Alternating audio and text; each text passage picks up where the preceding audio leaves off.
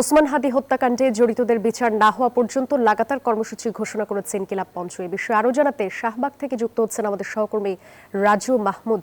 রাজু, ইনকিলাব মঞ্চের কর্মসূচি নিয়ে আর কি তথ্য আছে জানাবেন?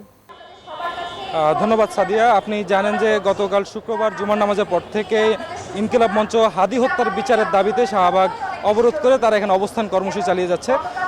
সেই অবস্থান কর্মসূচি এখনও দিন এবং রাত মিলিয়ে লাগাতার চালিয়ে যাওয়ার ঘোষণা দিয়েছেন তারা বলছেন হাদি হত্যার সুষ্ঠু বিচার এবং আসামিদের গ্রেপ্তার যদি করতে দেরি হয়, সরকারের গাফেলতি থাকে, সেক্ষেত্রে সরকারের যেই উপদেষ্টাগণ আছেন তারা পদত্যাগ করে সরে যেতে পারেন, অথবা যদি হাদি হত্যার সাথে যারা জড়িত এবং পিছনে যারা কুশীলব আছেন হাদি হত্যার ষড়যন্ত্রের সাথে, তাদেরকে আইনের আওতায় এনে যত দ্রুত সম্ভব তাদেরকে বিচারের মুখোমুখি করার দাবি তুলছেন আসলে ইনকিলাব মঞ্চের নেতা কর্মীরা।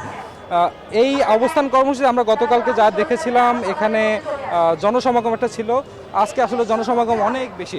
সেক্ষেত্রে এখন বলে রাখতে চাই, এখন পর্যন্ত তারা লাগাতার কর্মসূচি চালিয়ে যাবার ঘোষণা দিয়েছেন যতক্ষণ পর্যন্ত না হাদি হত্যার বিচার নিশ্চিত করা যাচ্ছে। সাদিয়া, আমার কাছে আসলে শাহবাগের এই হচ্ছে সর্বশেষ। রাজু, ধন্যবাদ আপনাকে।